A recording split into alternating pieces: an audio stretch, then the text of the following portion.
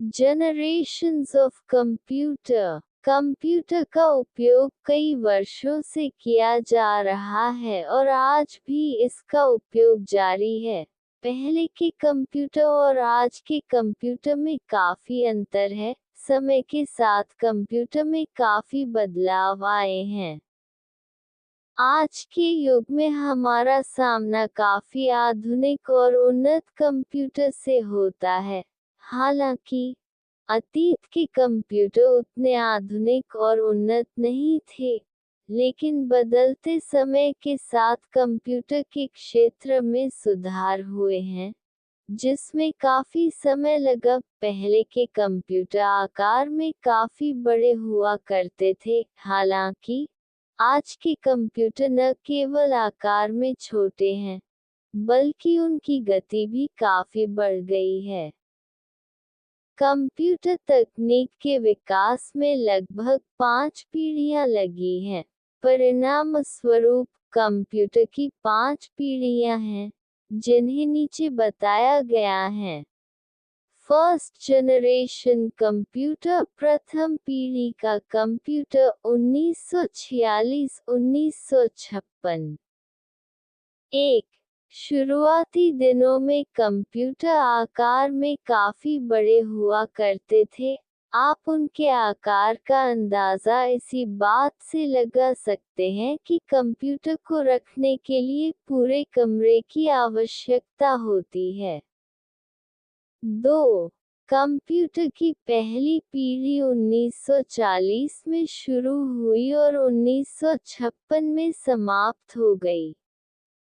3. पहली पीढ़ी के इन कंप्यूटरों में कांच से बने वैक्यूम ट्यूब का उपयोग किया जाता था। इनमें हजारों वैक्यूम ट्यूब्स का उपयोग किया जाता था। यही कारण है कि इन कंप्यूटरों का आकार बहुत बड़ा होता था। 4. पहली पीढ़ी के कंप्यूटर उतने उन्नत और आधुनिक नहीं थे, उनकी सीमाएं थीं। ये कंप्यूटर संचालन के दौरान जल्दी गर्म हो जाते थे और इनमें विश्वसनीयता की कमी थी। 5. पहली पीढ़ी के कंप्यूटरों का उपयोग कैलकुलेशंस, डेटा स्टोरेज और साइंटिफिक टास्क्स के लिए किया जाता था। 6. इन कंप्यूटरों में प्रयुक्त मुख्य ऑपरेटिंग सिस्टम मुख्य रूप से बैच प्रोसेसिंग था। 7. इन कंप्यूटरों को प्रोग्राम करना एक अत्यधिक चुनौतीपूर्ण कार्य था, और ये काफी मात्रा में बिजली की खपत भी करते थे। पहली पीढ़ी के कंप्यूटर के उदाहरण ENIAC, EDVAC, UNIVAC, IBM 701, EDSAC, IBM 650। Second generation computer. दूसरी पीढ़ी का कंप्यूटर 1956-1964।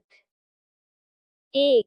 कंप्यूटर की दूसरी पीढ़ी 1956 में शुरू हुई और 1963 में समाप्त हो गई। 2. ट्रांजिस्टर का प्रयोग दूसरी पीढ़ी के कंप्यूटरों में किया जाता था। ट्रांजिस्टर वैक्यूम ट्यूब की तुलना में बहुत छोटे थे। 3.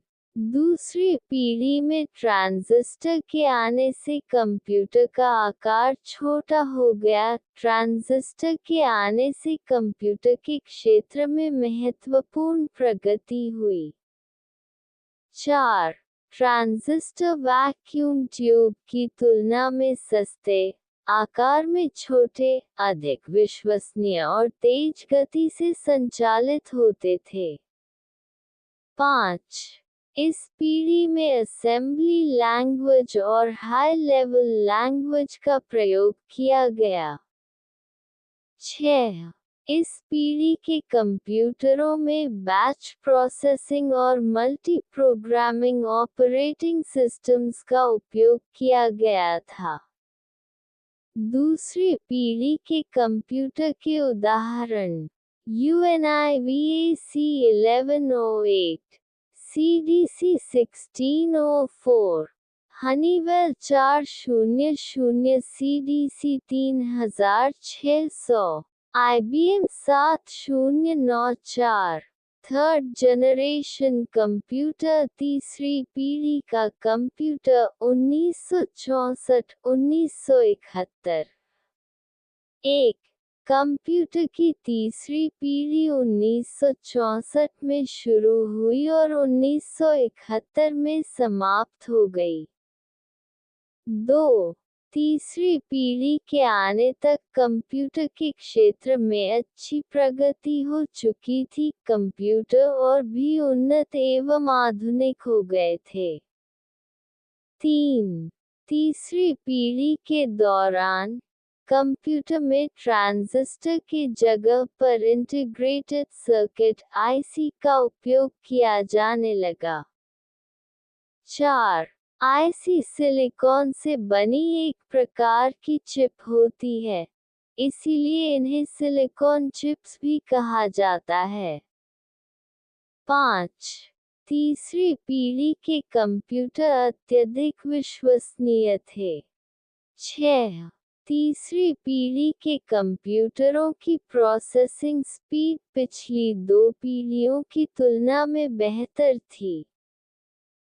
7. इंटीग्रेटेड सर्किट (IC) के आने से कंप्यूटर के साइज में कमी आई, साथ ही मेमोरी क्षमता में भी काफी वृद्धि हुई। 8. इस पीढ़ी में टाइम शेयरिंग और मल्टी प्रोग्रामिंग ऑपरेटिंग सिस्टम का उपयोग किया गया था। 9. इस अवधि के दौरान कोबोल और पास्कल जैसी हाई लेवल प्रोग्रामिंग लैंग्वेजेस का उपयोग किया गया था। 10.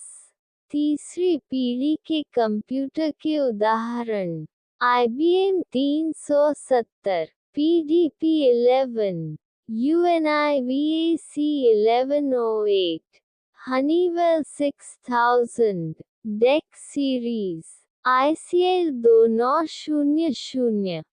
फोर्थ जनरेशन कंप्यूटर, चौथी पीढ़ी का कंप्यूटर 1971-1985। 1. कंप्यूटर की चौथी पीढ़ी 1970 में उभरी और 1985 में समाप्त हो गई। 2. चौथी पीढ़ी के दौरान माइक्रोप्रोसेसर्स ने कंप्यूटरों में IC का जगह ले लिया। माइक्रोप्रोसेसर्स में कई LSI सर्किट होते थे। 3. चौथी पीढ़ी के आगमन के साथ कंप्यूटर और भी अधिक उन्नत हो गए, उनकी क्षमता और गति दोनों में काफी वृद्धि हुई। 4. इस पीढ़ी ने छोटे आकार के कंप्यूटरों में सुविधाओं की एक विस्तृत श्रृंखला पेश की, दूसरे शब्दों में, सभी सुविधाओं को शामिल करते हुए कंप्यूटर का आकार छोटा हो गया। 5.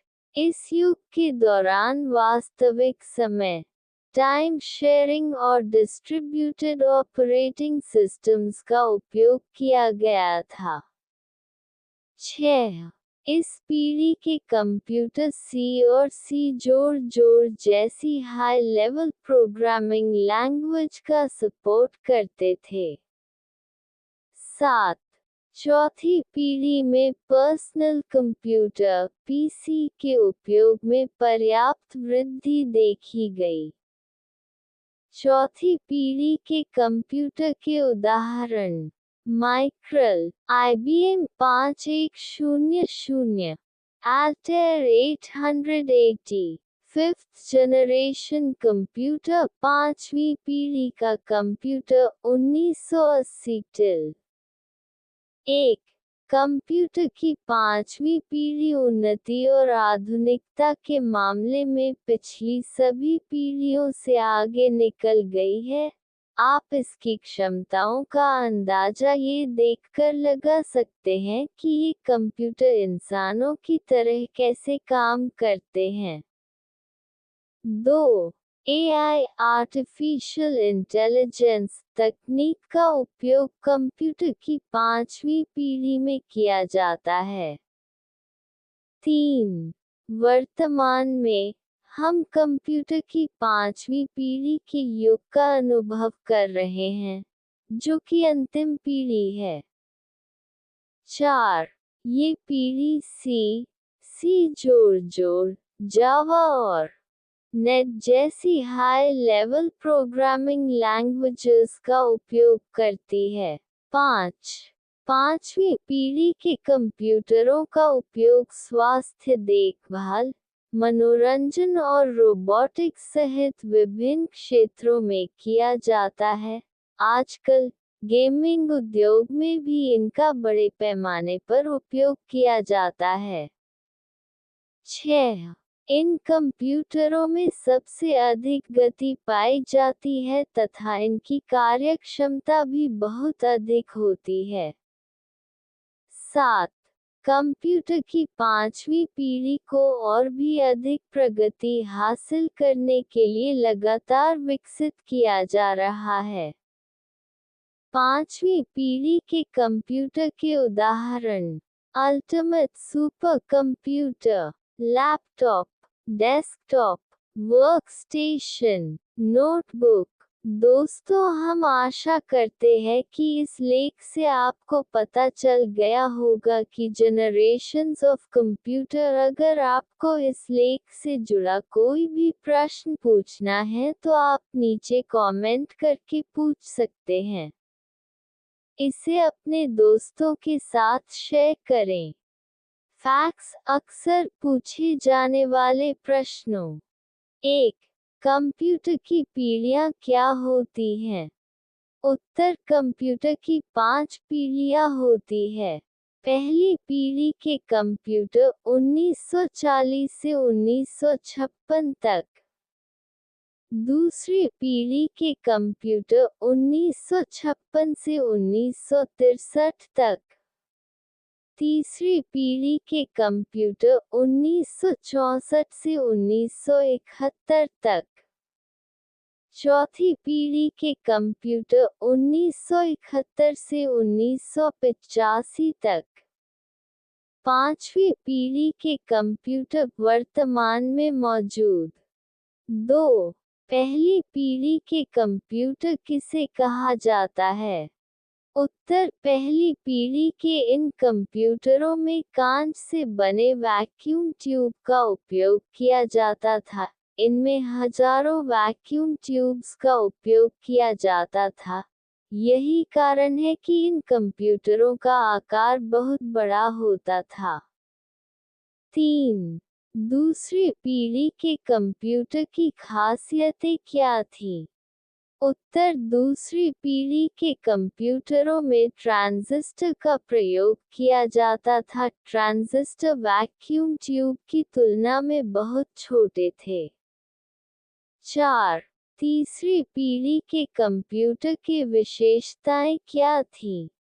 उत्तर: तीसरी पीढ़ी के कंप्यूटर में ट्रांजिस्टर की जगह पर इंटीग्रेटेड सर्किट (IC) का उपयोग किया जाने लगा। तीसरी पीढ़ी के कंप्यूटर अत्यधिक विश्वसनीय थे, और इन कंप्यूटरों की प्रोसेसिंग स्पीड पिछली 2 पीढ़ियों की तुलना में बेहतर थी।